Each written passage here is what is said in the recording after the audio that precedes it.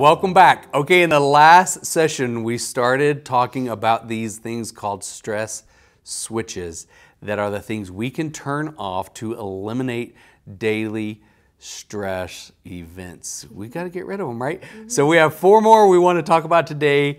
And the first one is this little thing called Seventh Haven. Which is? So from the hours of 7 p.m. to 7 a.m., do not check your work email. Do not answer work emails. It's work email for a reason. So with all of your smartphones and everything, turn those notifications off. There's all these settings you can do that with.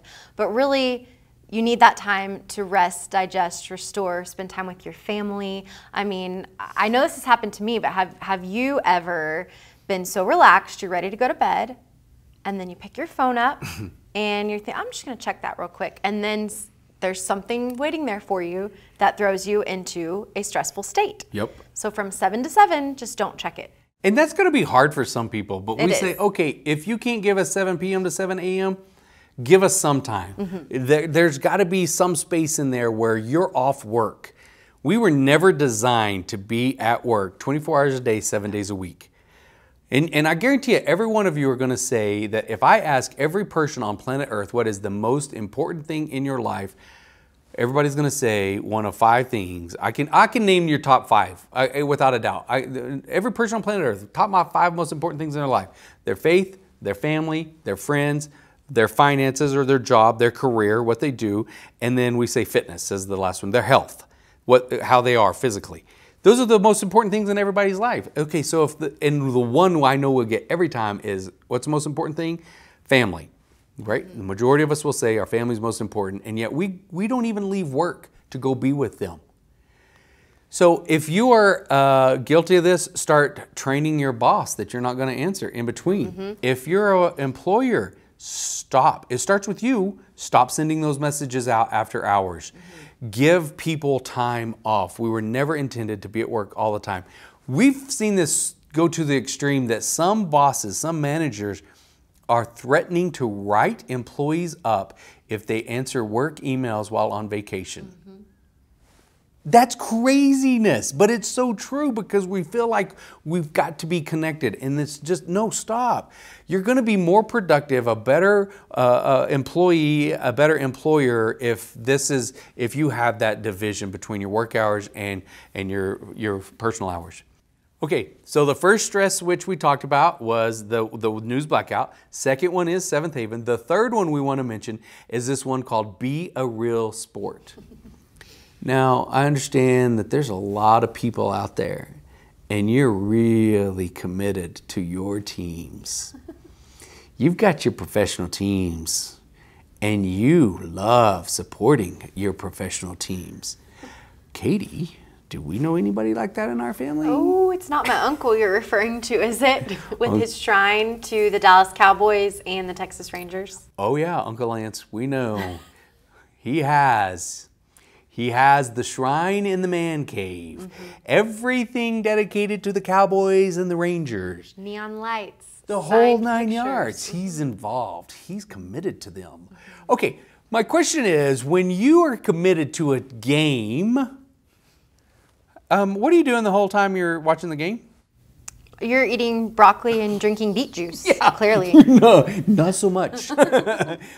Typically, you're eating bad foods during those games, and then when the game's going on, you're fighting. You're in fight, flight, or freeze mode the whole time, waiting to see what happens.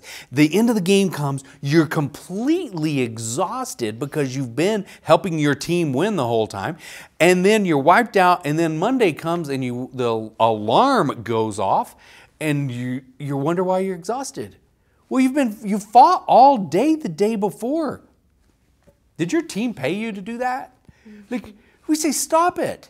It's one thing to have fun and watch a game, but we say, hey, get out and go play a game. Get outside, do something to be active, be a real sport. Don't just consume the sport. That's so true. Okay, and then the next one is don't show me the money. Which means? So, have you ever done anything for the money? Oh yeah, I took a job one time selling insurance, and I don't know why I did it besides the money. The money. There was going to be great trips, and it was a lot of flash. And I took a job based upon how much money I could make. I hated it. I was miserable. I didn't like going to work, and it really had an impact on my physical being. So we say, hey, stop that. If every job in the world paid you $2 an hour, what would you do? Find a way to do that, and you'll knock it out of the park. So be careful about that. Don't just chase a dollar, because those, you've never seen a hearse with a U-Haul attached. I mean, it's not about stuff. It's not about how much you've got in a bank account. It's about, hey, what's fueling your passion? What's your passion? What's your desire? Do that. Don't show me the money. And then the fifth one we want to talk about of switches is one called location, location, and location. What do you mean by that? Ladies and gentlemen, I would have to say that this one is personal because I don't know how many of you every week, every day of every week, you need a few things before you leave the house. You need your keys. So and your has your spouse ever called and said, "Oh, can you please bring me my wallet?" And then you say, "Where is it?" Well, it's either on my desk, in the pocket of the jeans I wore yesterday, on my nightstand, in the kitchen, and the list keeps going. Or it could be in the door of the pickup. If it's something you're going to use every day and you know it, put it in the same place. Make your life a little bit easier. It's amazing how much stress disappears when you just know and put things in the same spot at the end of every day because you know you're going to use them the next day. Okay, my question is, are any of these difficult or hard? No. No. These aren't difficult or hard things to do. And yet, I would guarantee it that every one of us watching this knows that if we could do at least one of them, it would turn off some of the stress that we're allowing to come into our lives.